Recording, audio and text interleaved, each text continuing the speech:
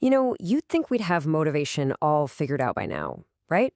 We want people to do better, so we offer them a reward. More money, bigger bonuses, better grades. It just makes sense. But what if it's all wrong?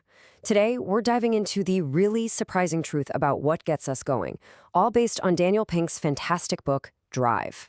Okay, so let's just kick things off with a question that honestly sounds kind of crazy. Is it possible that giving someone a reward could actually make them perform worse at something?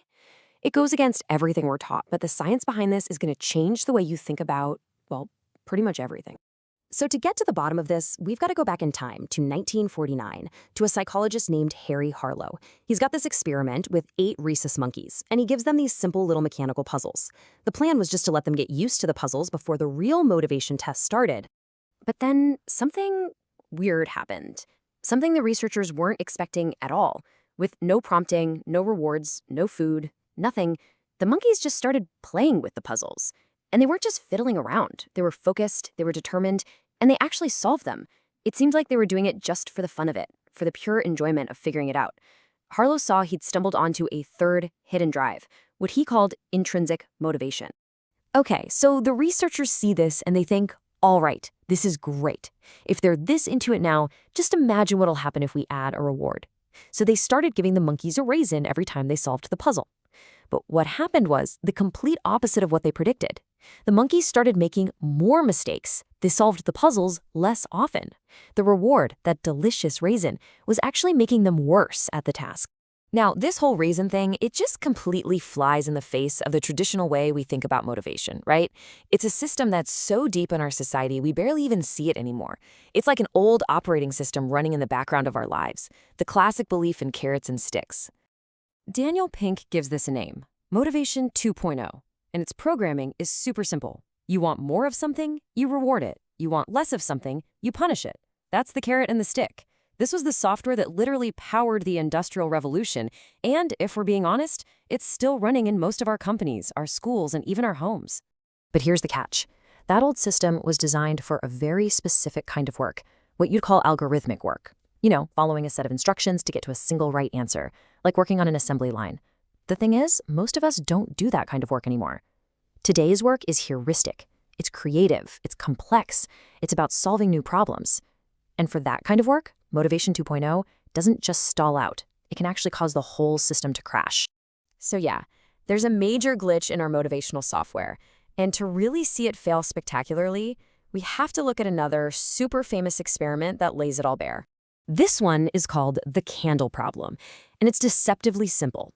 Imagine you walk into a room and your task is this.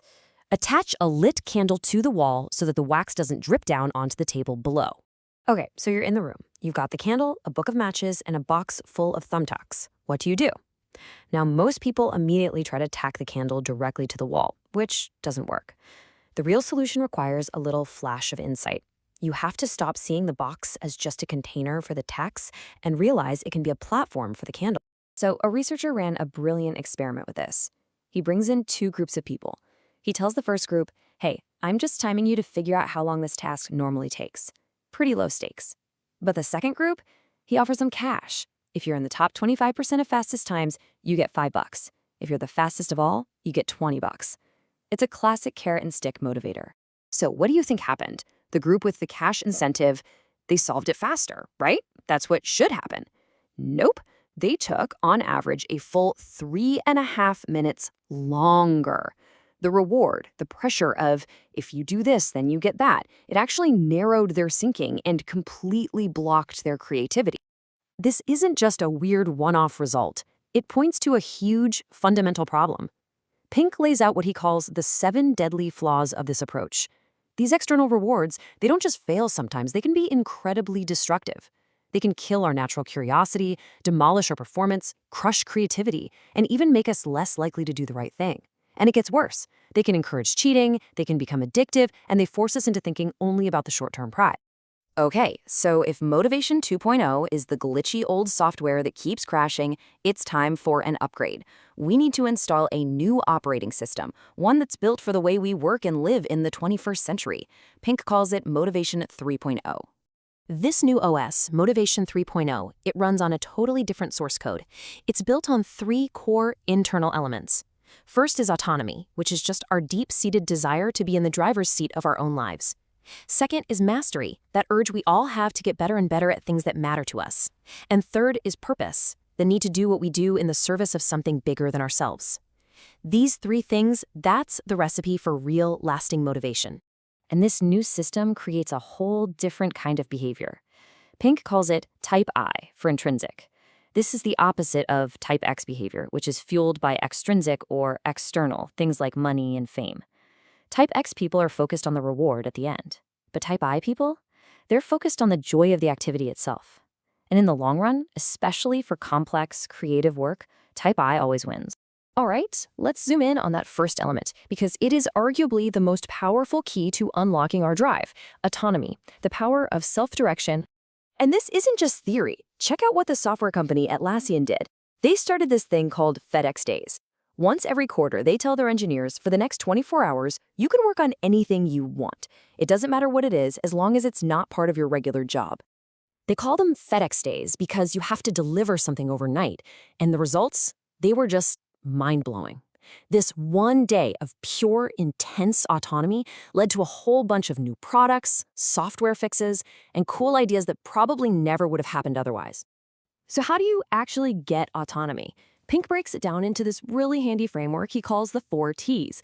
True autonomy means having meaningful control over your task, which is what you do, your time, which is when you do it, your technique, which is how you do it, and your team, who you do it with. Giving people real choice over these 4 things is the secret to getting them engaged. And that's really the core message of Drive. This whole idea of Motivation 3.0, it's not some touchy-feely, feel-good theory. It's a practical, science-backed playbook for getting better results. It's about finally aligning the way we work, learn, and live with what science knows about our deep human desire to direct our own lives, learn, create, and make a contribution. So that leaves us with a pretty big question to think about for ourselves. What could you accomplish if you had just a little more autonomy over your work or your learning or any part of your life? What problem would you tackle? Not for a reward, but just for the sheer joy and challenge of solving it. The answer to that? Well, it might just unlock a level of drive that you never even knew you had.